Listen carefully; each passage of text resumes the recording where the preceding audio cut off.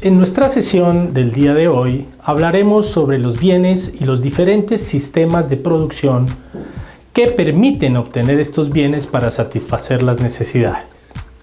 Lo primero que tenemos que preguntar es, ¿qué es un bien? Y vamos a decir que es todo medio capaz de satisfacer las necesidades de los agentes económicos. Estos bienes los podemos clasificar de acuerdo a algunos parámetros. Clasifiquemos los bienes según su disponibilidad. ¿Cómo encontramos estos bienes en el ambiente económico? Entonces decimos que existen los bienes libres, que son aquellos que no tienen ningún tipo de restricción en su oferta, no pertenecen a nadie y se puede disponer libremente y sin costo para todos los consumidores. Por ejemplo, el aire que respiramos.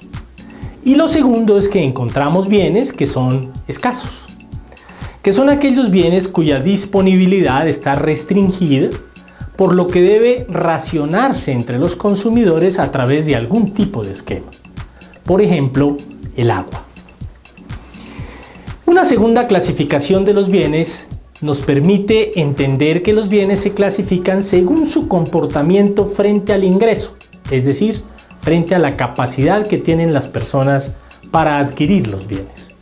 En este caso hablamos de los bienes normales, que son aquellos bienes cuya cantidad demandada tiende a aumentar cuando se incrementa el ingreso. Por ejemplo, una camisa deportiva, unos zapatos, unos jeans, etc. Y hay otros bienes que también tienen una relación con el ingreso, pero de una forma muy particular. A estos bienes los vamos a denominar bienes inferiores y los vamos a definir como aquellos bienes cuya cantidad demandada disminuye al aumentar el ingreso. Por ejemplo, una familia con bajos recursos económicos generalmente no consume carne de primera categoría, pero consume vísceras. Si esa familia mejorara su posición económica, aumentara sus ingresos, muy probablemente disminuiría su consumo de vísceras y empezaría a sustituirla por carne de primera calidad. Entonces las vísceras se considerarían un bien inferior. Una tercera clasificación nos habla de los bienes según su afinidad. Según su afinidad quiere decir el grado de afectación entre unos bienes y otros.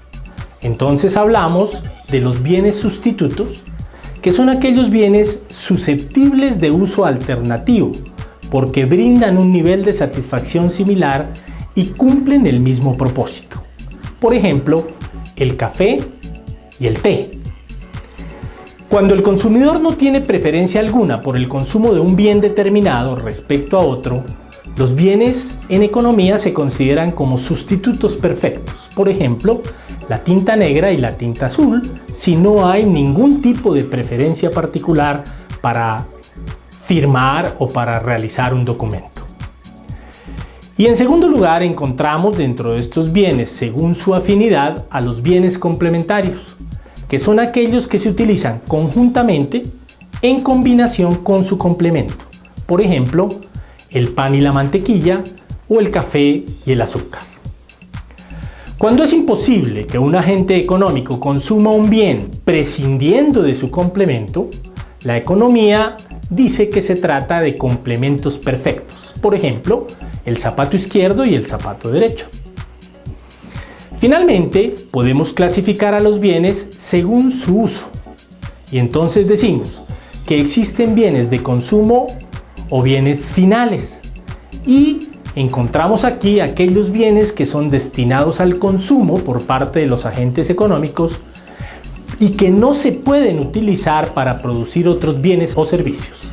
Por ejemplo, una prenda de vestir, un cepillo de dientes, una crema dental, etc. Encontramos también a los bienes de capital, que son aquellos bienes que se utilizan para producir otros bienes en el proceso productivo.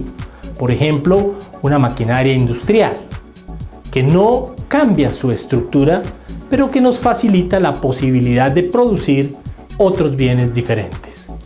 Y finalmente encontramos a los bienes intermedios, que son aquellos que se utilizan como insumos o como materias primas para la fabricación de otros bienes, por ejemplo, la harina de trigo que se utiliza para producir pan y que pierden sus características dentro de este proceso para convertirse en ese otro tipo de bien. Hablaremos ahora de lo que son los sistemas económicos de producción, en cuanto se refiere a que las sociedades se organizan económicamente y deciden cuál es la mejor forma de producir los bienes y servicios que una sociedad necesita. Lo primero que decimos es que la producción se convierte en la etapa fundamental del proceso económico. En realidad, si fuéramos en estricto sentido a analizar cuál es el objetivo de nuestra vida, diríamos que es producir bienes y servicios y lograr a través de ellos satisfacer necesidades. A través de la producción, entonces, se transforman los bienes y servicios, que por los canales del transporte, de la comunicación y del mercadeo llegan finalmente a los consumidores. ¿Qué se necesita para generar la producción? Debemos disponer de ciertos recursos y debemos tener acceso hacia esos recursos, como por ejemplo la mano de obra y las materias primas o los insumos, y los medios de capital, como por ejemplo activos, dinero, instalaciones, equipos, maquinarias, etc. Como la actividad económica involucra aspectos materiales y personas, es decir, agentes de la producción, se generan dos tipos de relaciones. Primera, se generan unas relaciones que la economía denomina relaciones técnicas de producción. Hace referencia a las formas de control que los agentes o las personas efectúan sobre los materiales y sobre el proceso de trabajo. Y se generan también unas relaciones sociales de producción, que se refieren a los vínculos que se establecen entre los dueños de los medios de producción, que son las propias personas, y los mismos agentes productivos, que también son personas a las que identificamos como trabajadores. Hablamos ahora de los sistemas económicos de producción y encontramos que en términos generales las personas, los gobiernos, las empresas se pueden agrupar bajo tres tipos de sistemas. El primer sistema lo vamos a denominar de economía de mercado. Estas palabras identifican generalmente a lo que hoy conocemos como el capitalismo, en donde hay unas características específicas. Por ejemplo, las personas somos los propietarios de los medios de producción. Existe una relativa libertad de empresa dentro de unas condiciones institucionales o dentro de un marco legal. Existe generalmente una relación de producción en donde hay dependencia salarial, hay patronos y hay empleados. Y la distribución del ingreso se hace a través del sistema de precios, es decir, a través de un sistema competitivo, en donde el empresario decide, con base en cómo funciona su mercado y las necesidades que ese mercado tiene, el qué, el cómo y el para quién se produce. La finalidad fundamental de este sistema de producción es la ganancia, que se genera a través de la competencia y en donde el fin de lucro se convierte en el motor de todo el sistema. La distribución de los bienes que se producen bajo este sistema se realiza de acuerdo a las leyes del mercado y del sistema de precios. En oposición a este sistema de economía de mercado, encontramos el sistema de producción de planificación centralizada, donde la característica fundamental es una propiedad que tiene el Estado sobre los medios de producción. Adicionalmente, a raíz de esta propiedad estatal, se generan unas relaciones de producción sobre la base de la cooperación. Y finalmente, la distribución del ingreso según el principio a cada cual según su capacidad y según la cantidad y calidad del trabajo aportado al proceso productivo.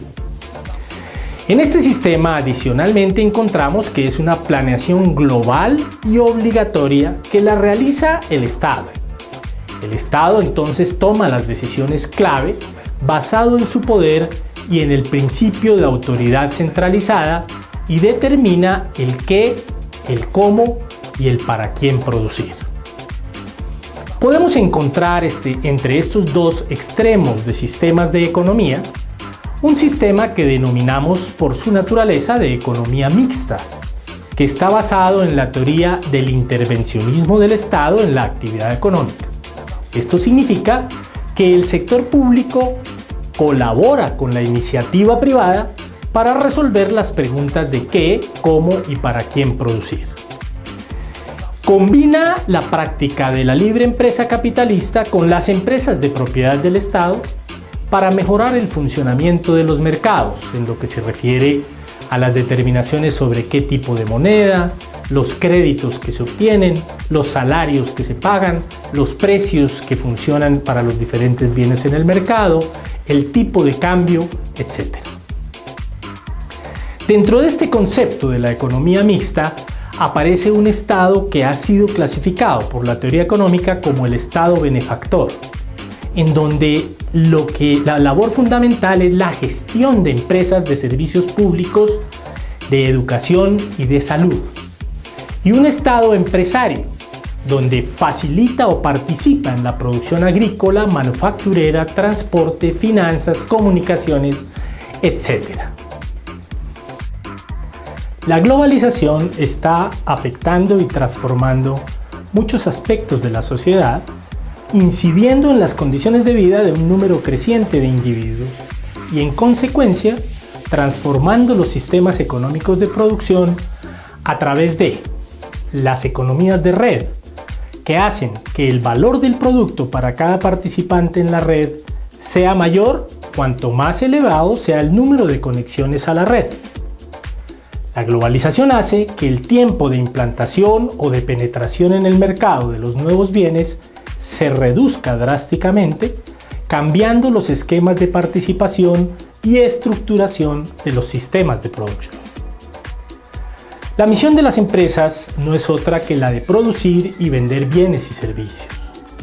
La globalización ha alterado las formas de actuar, pasando de un modelo que llamamos industrial y que está basado en el capital físico, es decir, la maquinaria y los equipos, a un modelo que llamamos informacional, en donde lo fundamental para lograr la venta de esta producción es la información, el conocimiento y las nuevas tecnologías.